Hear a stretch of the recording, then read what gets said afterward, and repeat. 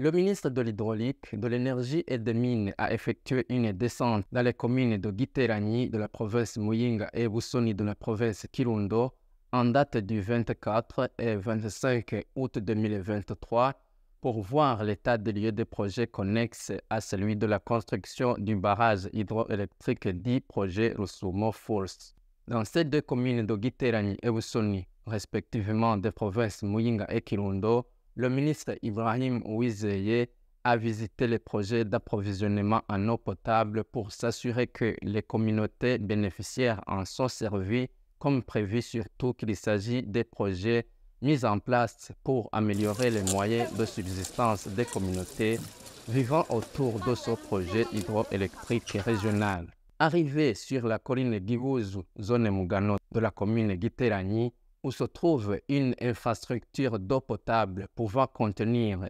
250 mètres cubes, le ministre a arrêté les activités des gens qui fabriquaient des briques tout près de cet ouvrage, constituant ainsi le danger à ce dernier.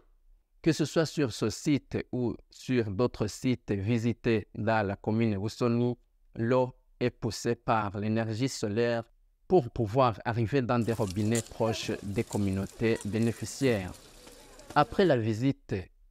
le constat a été que l'énergie solaire utilisée n'est pas à mesure de pouvoir pousser l'eau en quantité suffisante vers les localités bénéficiaires. Selon le ministre Uwizeye,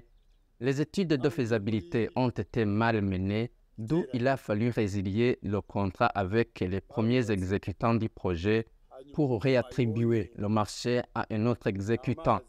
Il a insisté que la Régie des eaux doit aussi intervenir en fournissant du courant électrique pour tourner les pompes d'eau afin de pouvoir alimenter en eau potable une grande partie possible des zones des communes Giterani et Busoni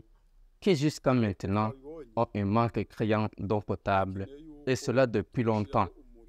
Le ministre de l'Hydraulique, de l'Énergie et des Mines espère toutefois qu'avec le nouvel acquéreur du marché et l'intervention de la Régie des eaux ainsi que l'appui des autres partenaires, l'eau pourra monter et la souffrance de la population bénéficiaire sera bientôt apaisée par l'accès à l'eau potable.